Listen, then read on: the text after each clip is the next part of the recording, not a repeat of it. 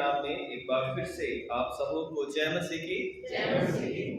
परमेश्वर का हम फिर से बहुत बहुत धन्यवाद करते हैं कि उसने एक और मौका हमें दिया है कि हम परमेश्वर के भवन में आए, उसकी आराधना करें, उसके नाम को धन्य करें, उससे प्रार्थना करें और विशेषकर उसके वचनों पर हम मनन कर सकें।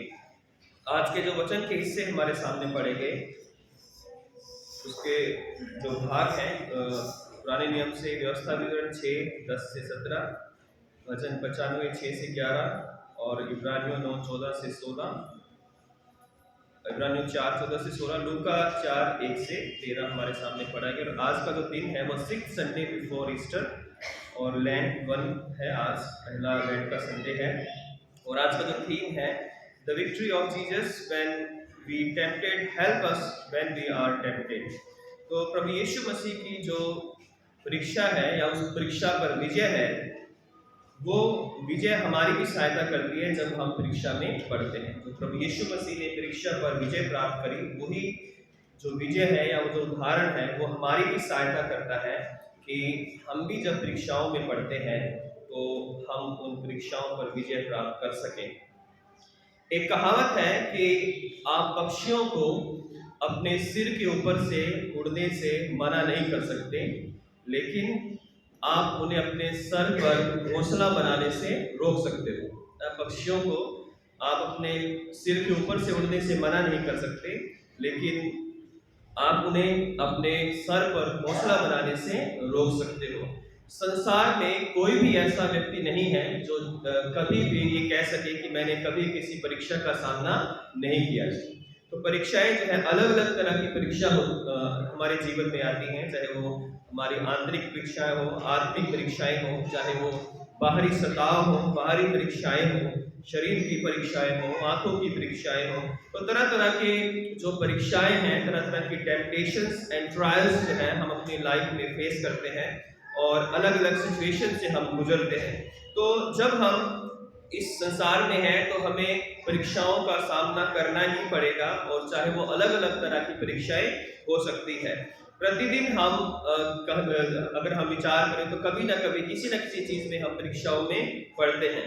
और परीक्षाएं जो है, कई ऐसी परीक्षाएं हैं जो हमें पाप की ओर आकर्षित करती हैं और कई ऐसी परीक्षाएं हैं जो हमारे मनोबल को तोड़ती है, हमें निराश करती है, हमें दुखी करती हैं, या हम अपने आप को अकेला महसूस करते हैं या सताया हुआ सताव महसूस करते हैं। तो परीक्षाएं अलग अलग तरह की होती हैं और परीक्षाएं जो है उनको हम रोक नहीं सकते हैं। टेम्पटेशन को, ट्रायल्स को जो है, टेस्टिंग्स को जो है हम उनको रोक नहीं सकते हैं, लेकिन हम इतना जरूर कर सकते हैं कि हम उन परीक्षाओं में ना गिरें, हम उन परीक्षाओं में ना फंसे, हम उन परीक्षाओं में गिरकर पाप में ना पड़े। क्योंकि परीक्षा आना या परीक्षा का सामना करना एक अलग बात है और हर व्यक्ति को इस लाइफ में जो है कभी ना कभी किसी न किसी तरह से परीक्षाओं का सामना करना पड़ता है।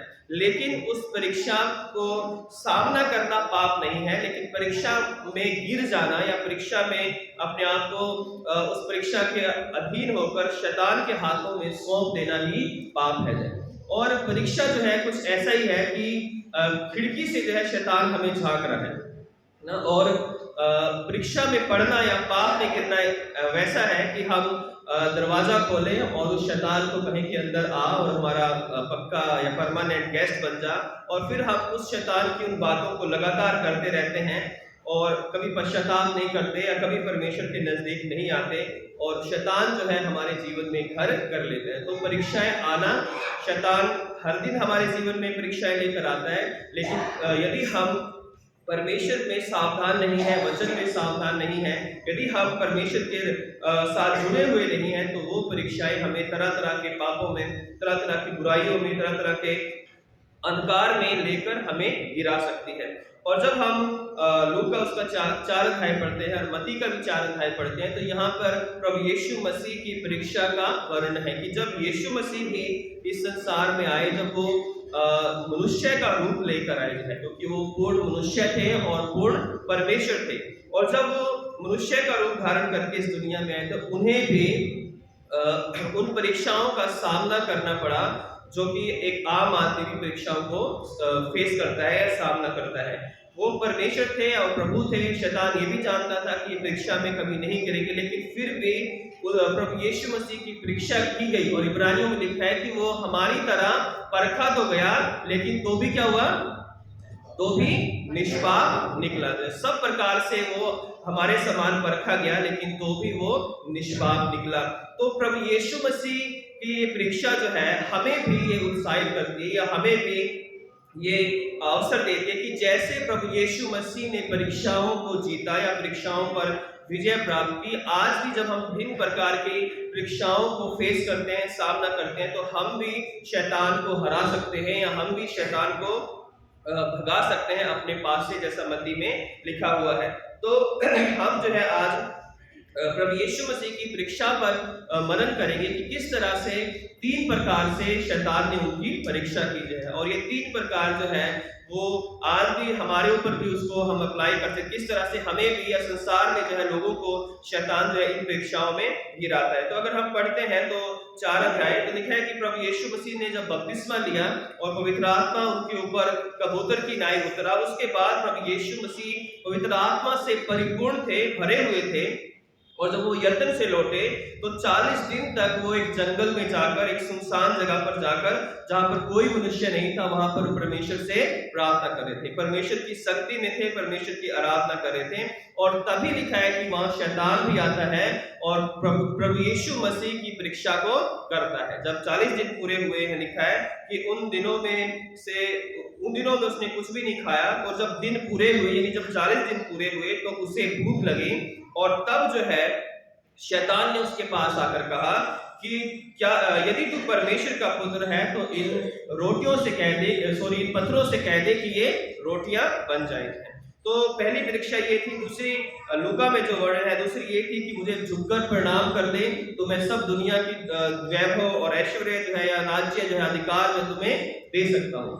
तीसरी जो है जो परीक्षा हुई थी कि शैतान ने कहा कि अपने आप को मंदिर के कंगूरे पर से गिरा दे, और क्योंकि तेरे विषय में लिखा है कि तुझे स्वर्गदूत जो अपने हाथों हाथ उठा लेंगे। और वहां पर भी प्रभु यीशु मसीह ने शैतान को जवाब दिया वचन से। और फिर यहाँ पर लिखा है कि शैतान कुछ समय के लिए उससे दूर चला गया, लेकिन मत्ती में लिखा हुआ है कि यीशु मसीह ने कहा कि हे शैतान मुझसे दूर हो जा, और शैतान उसके पास से चला गया।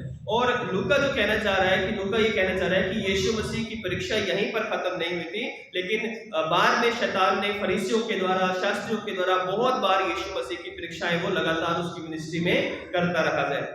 तो आज हम ये देखते हैं कि 3 परीक्षाओं के द्वारा मुझे और आपको क्या सीख मिलती है, या क्या हम सीख सकते हैं। तो हम पहली परीक्षा जब शैतान कहता है कि यदि तू परमेश्वर का पुत्र है तो इन पत्थरों से कह दे कि ये रोटियां बन जाए। तो यहाँ पर हम देखते हैं कि प्रभु यीशु मसीह की परीक्षा कब हुई, जब वो 40 दिन के उपवास में थे, और जब वो 40 दिन प्रार्थना कर रहे थे। जब यीशु मसीह जंगल में थे और कोई उनके साथ नहीं था, उनके पास कोई उनके रोटी के लिए या पानी के लिए कोई उनके पास सहायक नहीं था, और जब 40 दिन के बाद भूख लगी तो शैतान ने आकर उनकी परीक्षा की। और शैतान ने किस चीज की परीक्षा की ना? शैतान, क्योंकि यीशु मसीह को भूख किसकी लगी थी? रोटी की। और शैतान ने भी आकर किसकी परीक्षा की? किसके लिए परीक्षा में डाला यीशु मसीह को? रोटी के लिए जो है, और कहा कि इन पत्थरों को कह दे कि रोटी बन जाए। तो एक चीज यहाँ पर हम देखते हैं कि हम जब परीक्षा में पढ़ते हैं तो हम किन चीजों की परीक्षाओं में पढ़ते हैं, है ना? जिन चीजों की हमें जरूरत नहीं है उन चीजों की परीक्षाओं में हम कभी भी नहीं पढ़ते। हम उन परीक्षाओं में पढ़ते हैं जिन चीजों की हमें जरूरत होती है। और जब सबसे ज्यादा हमें उस चीज की जरूरत होती है, तभी शैतान चुपके से आकर कहता है कि इन चीजों को गलत तरीके से ले लो। इन चीजों को जो है अब परमेश्वर को छोड़कर, परमेश्वर को भूलकर, अपने तरीके से, अपने दिमाग से, अपने सिस्टम से, अपने आइडियाज से, अपनी योजनाओं से जो है तुम इन चीजों को गेन कर सकते हो। तुम्हें परमेश्वर की किसी की जरूरत नहीं है। तो यहाँ पर जब प्रभु यीशु मसीह को सबसे ज्यादा जरूरत रोटी की थी, तो शैतान आकर कहता है कि पत्थरों से कह दे कि रोटियां बन जाए। और यहाँ पर जब यीशु मसीह को शैतान कहता है कि यदि तू परमेश्वर का पुत्र है, और हर बार वो इस बात को रिपीट करता है कि यदि तू परमेश्वर का पुत्र है, तो ये शैतान क्यों कह रहा है? तो शैतान का काम हमेशा परमेश्वर के प्रति लोगों के मन में संदेह उत्पन्न करना है कि क्या सच में परमेश्वर है, क्या सच में परमेश्वर हमारी प्रार्थना को सुनता है, क्या सच में परमेश्वर हम पर दया कर सकता है? क्या सच में ये मेरा काम परमेश्वर के द्वारा हो सकता है? अक्सर हम परमेश्वर के पास तब आते हैं जब हम अपनी सारी कोशिशें कर लेते हैं, अपना पूरा पैसा लगा लेते हैं, अपनी बुद्धि लगा लेते हैं, अपनी सोर्सेज लगा लेते हैं, और सब कुछ करने के बाद जब हम हार जाते हैं तब हम परमेश्वर से कहते हैं कि अब मैं ये कर नहीं सकता, अब आप मेरी सहायता करो। लेकिन करना हमें ये चाहिए कि जिस दिन हमें किसी चीज की जरूरत हो उसी दिन से हम परमेश्वर को पुकारना शुरू करना चाहिए, और तब परमेश्वर हमारी जरूरतों को पूरा करता है। और जब हम हमारे पास ज्यादा पैसे होते हैं, जब हमारे पास ज्यादा अकल होती है, तब हम किसी की जरूरत को नहीं समझते हैं। तब हम सोचते हैं कि सिर्फ जो है हम अपने ही योजनाओं से, अपने ही मेहनत से या अपने ही प्लानिंग से जो है इन कामों को कर लेंगे। तो यहाँ पर शैतान जो है, जब यीशु मसीह को ये कह रहा है कि यदि तू परमेश्वर का पुत्र है, तो यीशु मसीह के मन में, क्योंकि यीशु मसीह मनुष्य भी थे, परमेश्वर भी थे, तो एक मनुष्य होने के नाते जो है जो हमारे मन में भावनाएं हैं उत्पन्न होती है, वो सब यीशु मसीह के मन में भी थी। तो यहाँ पर वो कह रहे हैं कि परमेश्वर के ऊपर संदेह उत्पन्न करते हैं कि क्या सच में तू परमेश्वर का पुत्र है, जैसा आगे तक ने कहा था, क्या सच में परमेश्वर ने तुम्हें फल खाने के लिए मना किया है? तो यहाँ पर क्या तू परमेश्वर का पुत्र है? क्या सच में परमेश्वर उसका पिता है, या सच में तेरा पिता है परमेश्वर? क्या सच में यीशु मसीह परमेश्वर का पुत्र है? शैतान कह रहा है कि परमेश्वर ने तुझे इस जंगल में, इस सुनसान जगह पर भुला दिया है, अब तेरी सहायता करने के लिए कोई भी नहीं है, और अब तू अपनी सामर्थ से, अपनी योग्यता से, अपनी बुद्धि से काम कर और रोटियां बना और खा। किसका इंतजार कर रहे हो? परमेश्वर तुम्हारी सहायता के लिए नहीं आएगा। और आज भी बहुत सारी परीक्षाओं में हम तब पढ़ते हैं जब हम जल्दबाजी में होते हैं और परमेश्वर का इंतजार नहीं करते हैं, है ना। बहुत सारी चीजों में हम इंतजार नहीं करते हैं, परमेश्वर के वचन का, परमेश्वर के उस इंतजाम का या परमेश्वर की आज्ञाओं का, उस पर हम भरोसा ना करके हम अपने योजनाओं से, अपनी बातों से जो है, अपनी सोच के द्वारा हम खींचे चले जाते हैं। जैसा याकूब में भी लिखा है कि कोई परीक्षा में परमेश्वर की ओर से नहीं डाला जाता, जो है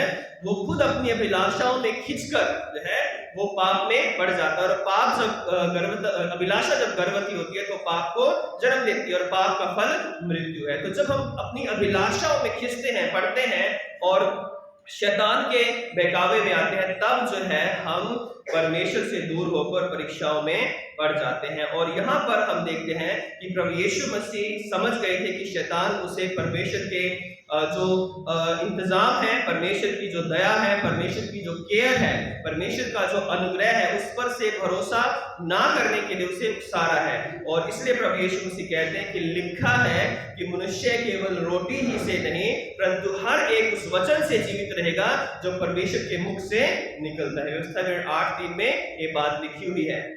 जब यीशु मसीह ने शैतान की बात मानने से इनकार किया तो यीशु मसीह शैतान के उकसावे में आकर कोई भी काम करना नहीं चाहते। अक्सर कई बार जो है शैतान कहीं ना किसी न किसी रूप में आकर हमें भी उकसाता है कुछ गलत करने के लिए, किसी को कुछ बोलने के लिए, किसी की इंसल्ट करने के लिए, किसी की चुगली करने के लिए, किसी को बदनाम करने के लिए, किसी को लोगों के बीच में जो है किसी भी तरह से उसको जो है उसकी इंसल्ट करने के लिए। तो यहाँ पर भी शैतान जो है यीशु मसीह को उसको मॉरली जो है, उसको स्पिरिचुअली जो है वो वीक करना चाहता था कि परमेश्वर तेरे साथ नहीं है।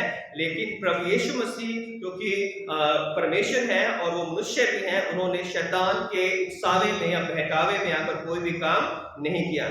यीशु मसीह आश्चर्य कर्म अपने लिए नहीं करने आए थे बल्कि दूसरों के लिए वो आश्चर्य कर्म करने के लिए आए थे। वो चाहते तो हर काम अपने लिए वो आश्चर्य कर्म करके कर सकते थे, है ना। वो क्रूस पर थे तो आश्चर्य कर्म से क्रूस पर से उतर सकते थे।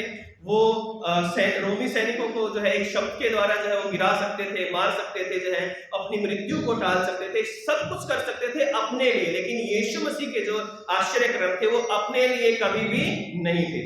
और यहाँ पर भी जो है शैतान कह रहा है कि अपनी पावर अपने लिए ही इस्तेमाल करो। यीशु मसीह जो परमेश्वर की पावर थी, सामर्थ थी, वो शैतान के कहने से अपने लिए नहीं बल्कि सारे मानव जाति के लिए या गरीबों के लिए, बीमारों के लिए, परेशानों के लिए भूखों के लिए वो इस्तेमाल करने के लिए आए थे। जो है यीशु मसीह हर हालातों में परमेश्वर पर भरोसा रखना जानते थे। यीशु मसीह ने वचन का जो शैतान का जो सामना है वो परमेश्वर के वचन से किया जो है। और जब शैतान वचन का इस्तेमाल कर रहा था तो यीशु मसीह भी वचन के द्वारा ही शैतान को जवाब दे रहे थे। और यीशु मसीह 40 दिन भूखे और प्यासे थे, वो रोटी से जीवित नहीं, 40 दिन तक उन्होंने रोटी नहीं खाई थी जो है, और ना ही पानी पिया था, रोटी कुछ भी उनके पास नहीं था, परंतु फिर भी वो जिंदा थे। शैतान को वो इसलिए कह रहे हैं कि ये जो वचन लिखा हुआ है यहाँ पर तुम्हारे सामने सिद्ध हुआ कि मैंने 40 दिन तक रोटी और पानी नहीं पिया, या मैं भूखा प्यासा रहा, तो अब भी मैं क्या हूँ, जिंदा हूँ। तो केवल रोटी से ही जिंदा नहीं रहा जा सकता, लेकिन परमेश्वर के वचनों के द्वारा जीवित रहा जा सकता है। रोटी जो है हमें 70 साल 80 साल 90 तक जिंदा रखती है, क्योंकि वो शरीर के लिए जरूरी है, लेकिन परमेश्वर का जो वचन है वो हमें हमेशा के लिए जिंदा रखता है। और इसलिए जो है रोटी जो है वो 60 साल 70 साल के बाद जो है हमारी जरूरत नहीं रहेगी जो है, लेकिन परमेश्वर का वचन जो हम इस दुनिया में लेकर जाएंगे, अपने मन में, अपने विचारों में उनको मानेंगे, तो ये वचन जो है हमें हमेशा के लिए परमेश्वर के पास लेकर जाएगा और हमें जिंदा रखेगा। ये वचन हमें जिंदा रखेगा। तो यहाँ पर हम देखते हैं कि शैतान की उस जो पहली परीक्षा है, प्रभु यीशु मसीह ने उसे पूरी तरह से उसको नकार दिया। दूसरी परीक्षा जब शैतान आकर करता है तो वो कहता है कि सारे जो वैभव अधिकार राज्य उसे दिखाकर कहता है कि बस एक बार मुझे झुककर प्रणाम कर दे तो ये सब कुछ तेरा हो जाएगा। और वहां पर जो है जब प्रभु यीशु मसीह को शैतान जो ये बात कह रहा है, तो दूसरी जो परीक्षा है वो संसार के अधिकार के लिए परीक्षा है। यदि यीशु मसीह झुककर उसे प्रणाम कर देंगे तो शैतान जो है उन चीजों का वायदा करता है जो संसार में वो दे सकता है, या जो शैतान के अधिकार में कुछ चीजें जो दी गई हैं उनके लिए शैतान कह रहा है कि मैं ये चीजें तुम्हें दे सकता हूं।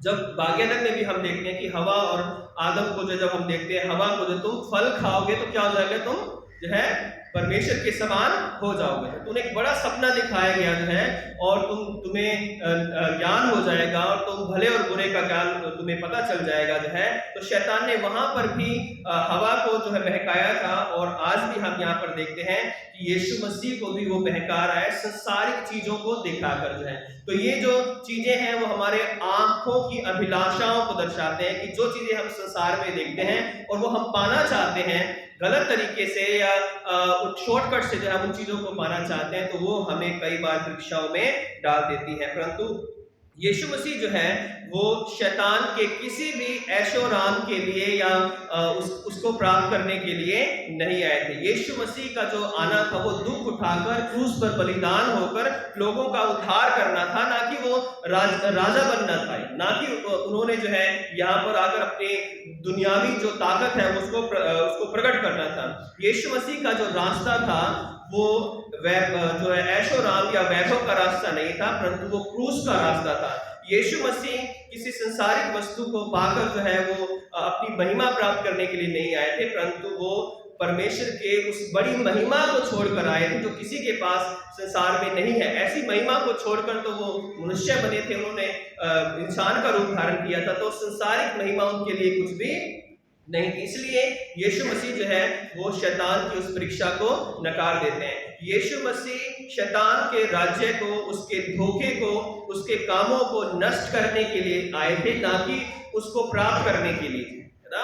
और यहाँ पर हम देखते हैं कि अगर यूहन्ना 10 में भी यीशु मसीह ने कहा था चोर तो चोरी करने, हत्या करने और नष्ट करने के लिए आता है, लेकिन मैं इसलिए आया कि तुम जीवन पाओ और बहुतायत का जीवन पाओ। तो शैतान जो आशीषें देता है या शैतान जो चीजें हमें देता है उनके पीछे जो है वो अनंत मृत्यु है, लेकिन जो प्रभु यीशु मसीह बेशक वो दुख उठाकर हमें मिले, वो चीजें जो है जब हम दुख उठाकर मिलती हैं, अगर हम प्रभु में होकर उन चीजों को प्राप्त करते हैं तो उन चीजों में इस दुनिया में भी हमारे मन में शांति रहती है, और आने वाली दुनिया संसार के लिए भी परमेश्वर हमें आशीषित करता है। और इसलिए जो है प्रभु यीशु मसीह ने शैतान को उत्तर दिया कि लिखा है कि तू प्रभु अपने परमेश्वर को प्रणाम कर और केवल उसी की उपासना कर है। तो शैतान का जो दूसरा तरीका है परमेश्वर के लोगों को या परमेश्वर की कलीसिया को या संसार में जो उसके लोग हैं उनको गिराने का तरीका ये है कि उन्हें संसार की अच्छी से अच्छी वस्तुओं को दिखाओ जाए, ऐशो आराम जो है।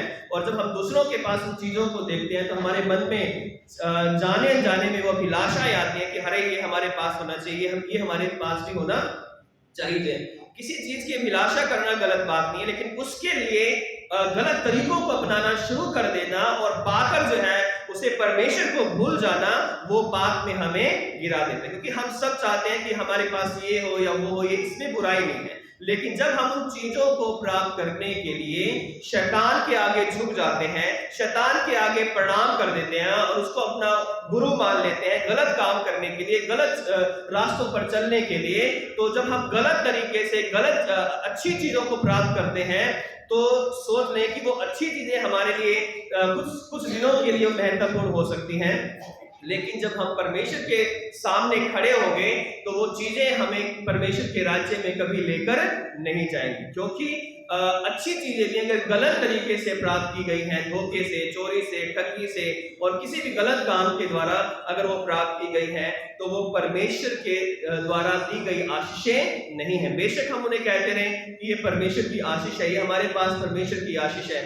लेकिन अगर गलत तरीके से किसी का हक मार के या किसी को किसी भी तरह से आपने गलत अपनी योजनाएं बनाकर तो आपने उन चीजों को प्राप्त किया है, तो आपने शैतान की थ्योरी को माना है कि शैतान के आगे झुक जाओ, शैतान के आगे दीन और नम्र हो जाओ और शैतान तुम्हें सब जो है अच्छी से अच्छी वस्तुएं संसार में हमें देने का वायदा करता है और वो देता है उन लोगों को जो शैतान के आगे आप अपने आप को दीन कर दे। लेकिन यीशु मसीह कहते हैं कि लिखा है कि संसारिक अभिलाषाओं के लिए, संसारिक चीजों के लिए हमें इस संसार में अपने आप को शैतान के आगे नहीं करना है। इसलिए यीशु मसीह कहते हैं कि केवल तू अपने प्रभु की आराधना कर और उसी की उपासना कर। जो यहोशू 6:13 में आज हमने पढ़ा था कि केवल परमेश्वर ही है जिसकी हमें आराधना करनी है, आराधना करनी है, उसके आगे हमें झुकना है, उसके आगे अपने आप को दीन और नम्र करना है। यदि हम शैतान के आगे अपने आप को दीन और नम्र करेंगे तो परमेश्वर की आशीषों को हम खो देंगे।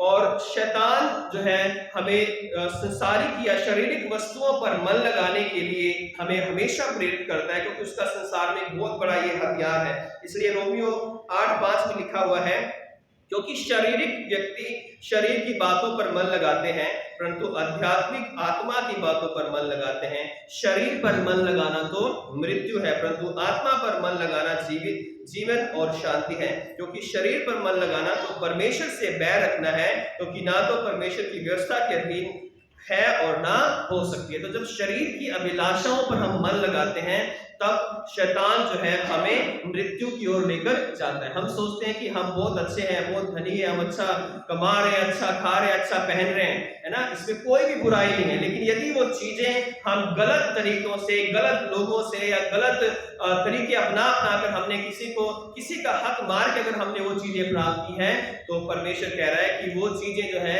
वो हमें मृत्यु की ओर लेकर जाएगी। तो यहाँ पर प्रभु यीशु मसीह ने दूसरी परीक्षा को ठुकरा दिया कि मुझे तुम्हारे कोई भी ऐशोनाम नहीं चाहिए, क्योंकि मैं केवल अपने परमेश्वर पिता की आराधना करने के लिए यहाँ पे आया। तीसरी बात जो है यहाँ पर हम देखेंगे, तीसरी जो परीक्षा है कि शैतान प्रभु यीशु मसीह को मंदिर के बुरे पर ले जाता है और कहता है कि इसके ऊपर से अपने आप को गिरा देते हैं। तो ये जो परीक्षा है वो एक बहुत बड़ा आश्चर्य कर्म करने की परीक्षा है, क्योंकि इसमें दो तरह की बातें छिपी हुई हैं। पहले की जो मंदिर है वो सब यहूदियों के लिए एक बहुत बड़ा एक स्थान है, उनकी सेंटर ऑफ वर्शिप है। जो दूर दूर से हजारों यहूदी जो है वहां पर अपनी भेंटें लेकर, अपने बलिदान लेकर आते थे। वहां पर हमेशा भीड़ लगी रहती थी, खासकर पर्वों पर तो वहां पर बहुत ज्यादा भीड़ होती थी जो है। तो यहाँ पर जब शैतान कह रहा है कि यीशु मसीह को अपने आप को ऊपर से गिरा दे तो क्योंकि स्वर्गदूत तुझे उठा लेंगे। अगर यीशु मसीह अपने आप को ऊपर से गिरा देते हैं और वो स्वर्गदूत उसे बचा लेते हैं और लोग देखते हैं कि अरे यीशु मसीह ने अपने आप को ऊपर से गिरा दिया, इतनी ऊपर से, उसके बाद भी जिंदा बच गए हैं, तो लोग क्या कहते हैं कि यही हमारा मसीहा है ना। मसीहा तो वो थे, लेकिन कैसा मसीहा है, इसे हम क्या करेंगे, अपना राजा बनाएंगे।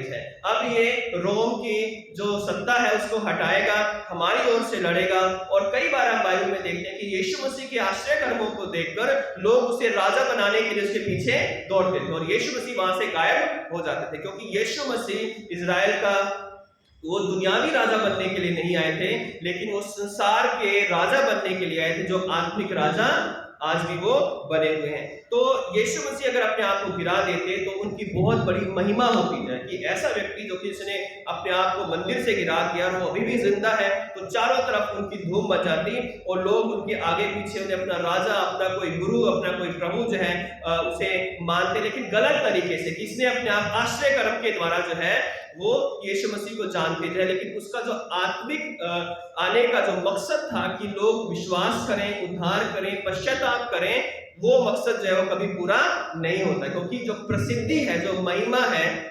उसको जो है पाने के लिए शैतान प्रभु यीशु मसीह को उकसा रहे हैं कि तुम बहुत फेमस हो जाओगे, बहुत बड़े इंसान बन जाओगे और लोग तुम्हारी प्रशंसा करेंगे। दूसरा इसका एक और चीज छिपा है कि अगर यीशु मसीह उसकी बात मानकर अपने आप को गिरा देते हैं, वो मर जाते हैं, तो सारे जो उद्धार की योजना क्या हो जाएगी, यहीं पर समाप्त हो जाएगी। शैतान का काम बड़ा इजली हो जाएगा कि अब उसे कुछ भी करने की जरूरत नहीं है कि यीशु मसीह को उकसावा किया और उकसा कर जो है उसे मजबूर कर दिया कि वो या अपनी महिमा को दिखाने के लिए, अपने सामर्थ्य को प्रकट करने के लिए जब गिरा दिया, वो मर गए। अब जो है कोई दोबारा से जो है यीशु मसीह उद्धार करने के लिए आने वाला कोई परमेश्वर नहीं है। इसलिए शैतान दोनों तरीकों से जो है प्रभु यीशु मसीह को जो है वो गिराना चाहते हैं, उनकी मिनिस्ट्री को समाप्त करना चाहते हैं। इसलिए जो है प्रभु यीशु मसीह ने उससे कहा था कि हमें जो है यह भी लिखा है कि तू केवल अपने क्या करना है, आप लोग भूल गए। यीशु ने क्या कहा, यह लिखा है कि तू अपने परमेश्वर की ही उपासना करना है और उसे परीक्षा में ना डालना। मेन है कि तू उसकी परीक्षा ना करना। तो आज भी बहुत सारे जो लोग हैं या हम मसीह लोग हैं या कोई भी संसार में हम लोगों को देखते हैं कि हम अक्सर जो है परमेश्वर को परीक्षाओं में डालते हैं ना। परमेश्वर मेरे लिए करेगा या नहीं करेगा, परमेश्वर ये मेरे लिए कर दे तो मैं तेरे लिए ये करूंगा। हम उसे परखते हैं, उसे टेस्ट करते हैं कि अगर मैं ये मेरा काम ये हो जाए तो मैं आपके लिए ये करूंगा। और कई बार परमेश्वर अलग अलग तरीके से हमें समझाते हैं, हमें बताते हैं कि ऐसा करो, ऐसा करो। हम नहीं मानते, नहीं। कई बार हम कुछ चीजों को लेकर या कुछ आयतों को लेकर इतने पर्टिकुलर हो जाते हैं कि ऐसा ही हमारी जिंदगी में भी होना चाहिए, है ना। वो अच्छी बात है कि होना चाहिए, लेकिन कई बार परमेश्वर के तरीके जो होते हैं वो एक जैसे नहीं होते हैं, है ना। परमेश्वर के हमारी मदद करने के लिए, हमें परीक्षाओं से बचाने के लिए एक ही तरीका नहीं है जो कि किसी एक व्यक्ति के साथ हुआ हो, है ना।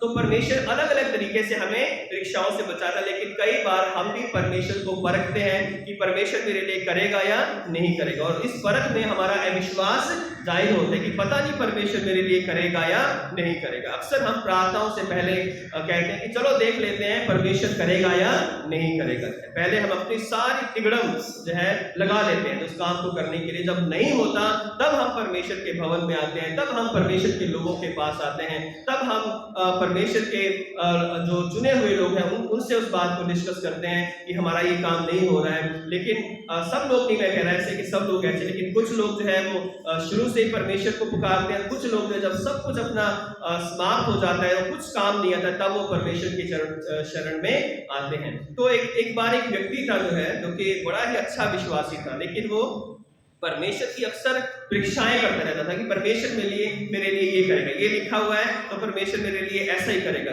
परमेश्वर मेरे लिए ये करेगा। तो इसमें कोई बुराई नहीं है कि अगर हम जो बातें लिखी हुई हैं उनको कहें कि परमेश्वर मेरे लिए ये करेगा। तो एक बार जो एक व्यक्ति एक गांव में रहता था और वहां पे जब बरसातों के दिनों में उस गांव में बहुत बाढ़ आ गई, एक नदी वहां पर डूब गई और धीरे धीरे उस गांव में पानी भरने लग गया।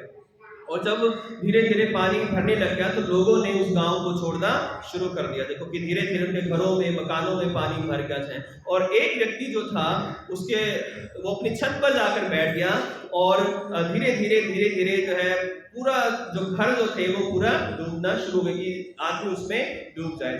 तो लोगों ने क्योंकि वो नदी के किनारे लोग रहते थे, उनके पास बोट्स थी जो है, उनके पास नावें थी, तो वो उन नावों में बैठ अपना सामान रखा, उन्होंने अपने परिवार रखे जो है। तो जो भी नाव जा रही थी तो उस व्यक्ति को पुकार रहे थे। पहली नाव आई तो उसको बुलाया कि हे भाई जो है चलो तुम डूबने वाले हो, बाढ़ का पानी भर रहा है, तो चलो हमारी नाव में बैठ जाओ। है तो उसने कहा कि नहीं जो है, आज मैं परमेश्वर को देखूंगा कि आज वो मुझे बचाएगा या नहीं बचाएगा। तो दूसरी बार जो है एक और नाव आई जो है, उसके पड़ोसी ने कहा कि अरे पानी तो बिल्कुल तुम्हारी छत के ऊपर आ गया है, चलो हमारी नाव में बैठ जाओ, यहाँ से हम बचकर निकल जाते हैं। कह रहे नहीं नहीं नहीं, मैं तुम्हारी बात क्यों मानूं, मैं तो परमेश्वर की बात मानूंगा, क्योंकि परमेश्वर जो है वो मुझे बचाने के लिए आएगा है। तो इसी तरह तीसरा व्यक्ति भी आया कि भाई अब तो सब लोग निकल गए, तुम अकेले बचे हो, नहीं जो है मेरा परमेश्वर अगर है तो वो मुझे बचाएगा। ऐसे करते करते सब लोग चले गए और उसके बाद पानी इतना बढ़ गया कि वो व्यक्ति उसमें डूब गया। और जब वो व्यक्ति डूब गया, मर गया, तो परमेश्वर के पास पहुंचा और परमेश्वर से झगड़ा करने लग गया कि हे परमेश्वर, मैंने इतनी आपके जो है इतना आराधना की, मैंने इतना आपको पुकारा, मैंने चर्च में इतना पुराना मेंबर हूँ, इतना मैंने दान दिया, इतना मैंने ये किया, और आपने मेरे साथ क्या किया, मैं आपको पुकारता रहा और आपने मेरी पुकार को नहीं सुना और आपने मुझे डुबो दिया और मुझे मार दिया। तो परमेश्वर मुस्कुराए और उसकी आत्मा को देखकर कहा कि हे पुत्र जो है, मैंने तुम्हें नहीं मारा है, तुम खुद अपने आप मरे हो, तो कैसे जो है, मैं तो आपको पुकारा था। तो परमेश्वर ने कहा कि मैंने 3 बार तुम्हें बचाने के लिए नाव भेजी है, 3 बार मैंने तुम्हें बुलाया, पुकारा और कहा कि जो है बच जाओ है, लेकिन तुम्हारे हटने या तुम्हारे जो जिद थी जो है, उसने तुम्हें उस मृत्यु को प्राप्त करने के लिए जो है तुम्हें मजबूर कर दिया। तो वो उस बात को सुनकर जो है शर्मिंदा हुआ कि अरे प्रभु, आपने जो है वो भेजी थी, मैं तो सोच रहा था कि ये लोग ऐसे जो है मुझे बुला रहे हैं, ऐसे मुझे जो है चिल्ला चिल्ला कर कह रहे हैं कि मेरी नाव में बैठ जाओ। तो कई बार जब हम कोई गलत काम कर रहे होते हैं तो लोग हमें उसकी चेतावनी देते हैं कि भाई ऐसा मत करो। कोई बार हमारे बच्चे, कई बार हमारे बड़े, कई बार हमारे बुजुर्ग हमें समझाते हैं, हमें सिखाते हैं। कई बार एक व्यक्ति समझाता है, दूसरा समझाता है, तीसरा समझाता है और हम उनकी बात को नहीं मानते और हम कहते हैं कि हम जो निर्णय कर रहे हैं वही सही है, हम जो सोच रहे हैं वही सोच अच्छी है, तुम्हें कुछ पता नहीं है। कई बार कुछ जवान कहते हैं कि हमारे माँ बाप को क्या पता है, हमारे दादा दादी को क्या पता है। हम आज के युवा हैं, कई बार बड़े लोग भी कहते हैं जो है हमारे बच्चों को क्या पता है, वो तो आजकल के हैं जो है हमें सब कुछ पता है। तो इस तरह से हर घर में, हर परिवार में हम यहाँ पर देख सकते हैं कि कुछ लोग जो है अपने हट पर अड़े रहते हैं, अपनी जिद पर अड़े रहते हैं, वो परमेश्वर की भी परीक्षाओं को करते हैं और परमेश्वर के द्वारा भेजे गए लोगों का निरादर करते हैं, परमेश्वर के द्वारा भेजे गए उन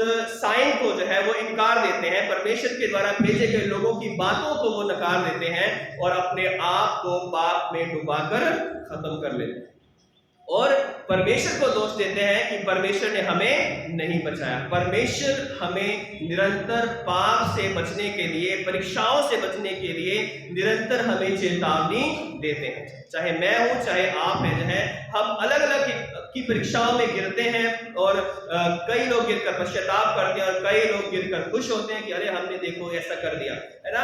और ऐसे में परमेश्वर प्रभु यीशु मसीह हमें ये कहते हैं कि हम लोग जो है इन परीक्षाओं से बच सकते हैं यदि हम अपने आप को प्रभु के चरणों में सच्चाई के साथ ले आएंगे। और इसलिए याकूब की पत्री में याकूब भी कहता है कि तुम लोग ये मत कहो कि परमेश्वर ने हमें परीक्षा में डाला है ना। कुछ लोग कहते हैं कि पता नहीं परमेश्वर हमारी कौन सी परीक्षा ले रहा है कि मेरा ये काम नहीं हो रहा है, पता नहीं परमेश्वर मेरी कौन सी परीक्षा ले रहा है कि मेरे साथ ऐसा हो गया है, पता नहीं परमेश्वर मेरे लिए क्या कर रहा है, क्या नहीं कर रहा है। तो बाइबल ये कहती है कि परमेश्वर ना अच्छी वस्तुओं में ना बुरी वस्तु में किसी को परीक्षा में डालते हैं, परंतु हर एक व्यक्ति अपने ही आप परीक्षाओं में बढ़ता है। लेकिन जो व्यक्ति परीक्षाओं में स्थिर रहते हैं परमेश्वर उन्हें धन्य कहता है, और जो व्यक्ति पाप में गिर जाते हैं, परीक्षाओं में गिर जाते हैं, वो लोग परमेश्वर के सामने दंड पाएंगे। लिखा है कि धन्य है वह मनुष्य जो परीक्षा में स्थिर रहता है, क्योंकि वह खरा निकलकर जीवन का मुकुट पाएगा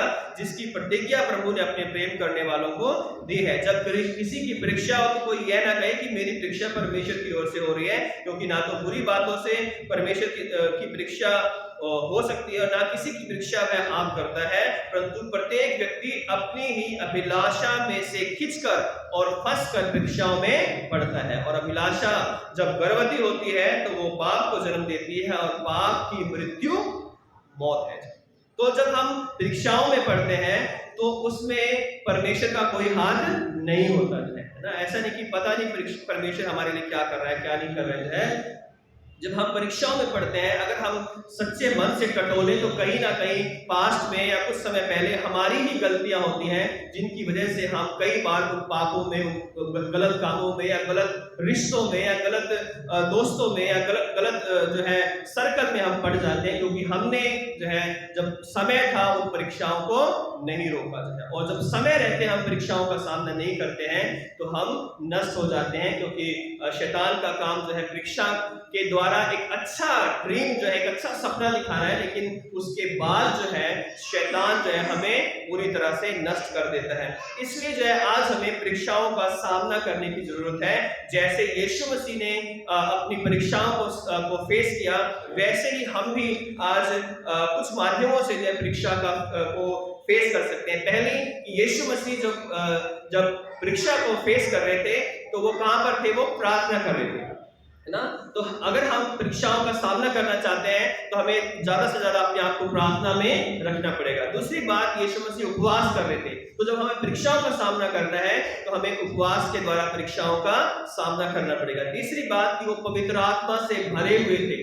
हमें भी अपने आप को पवित्र आत्मा की उपस्थिति में से भरना है। जब हम पवित्र आत्मा से भरेंगे तो तरह तरह की परीक्षाओं से बचेंगे।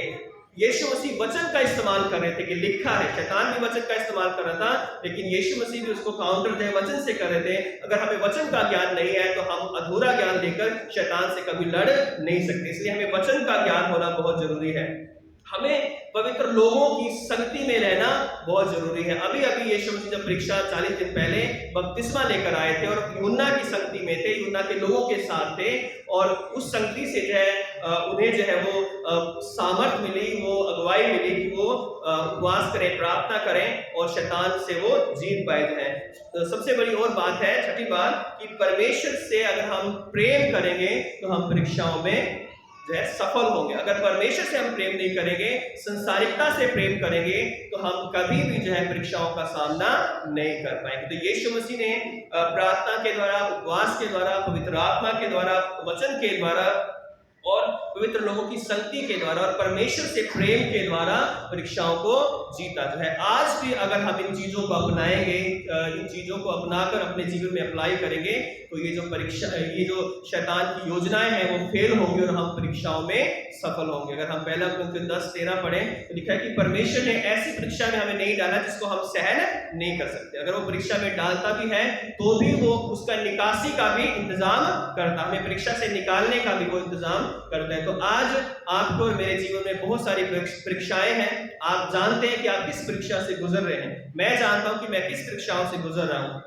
लेकिन यदि हम परमेश्वर के निकट आए, प्रार्थना करें, उपवास करें और दीन और नम्र हो जाए, और खास करके लैंड डेज में जब अपने आप को और खुदा के नजदीक लेकर आए उपवास काल में, तो परमेश्वर हमें बहुत सारी परीक्षाओं से बचाएंगे और हमें अपने राज्य के लिए खड़ा करेंगे। और हम भी जब प्रार्थना वचन में जीवन बिताएंगे तो हम भी शैतान को कहेंगे कि हे शैतान मुझसे दूर हो जाओ, और शैतान को हमसे दूर जाना पड़ेगा। आइए प्रार्थना करें। सर्वशक्तिमान पिता परमेश्वर, सारा आदर महिमा जलाल आपको देते हैं।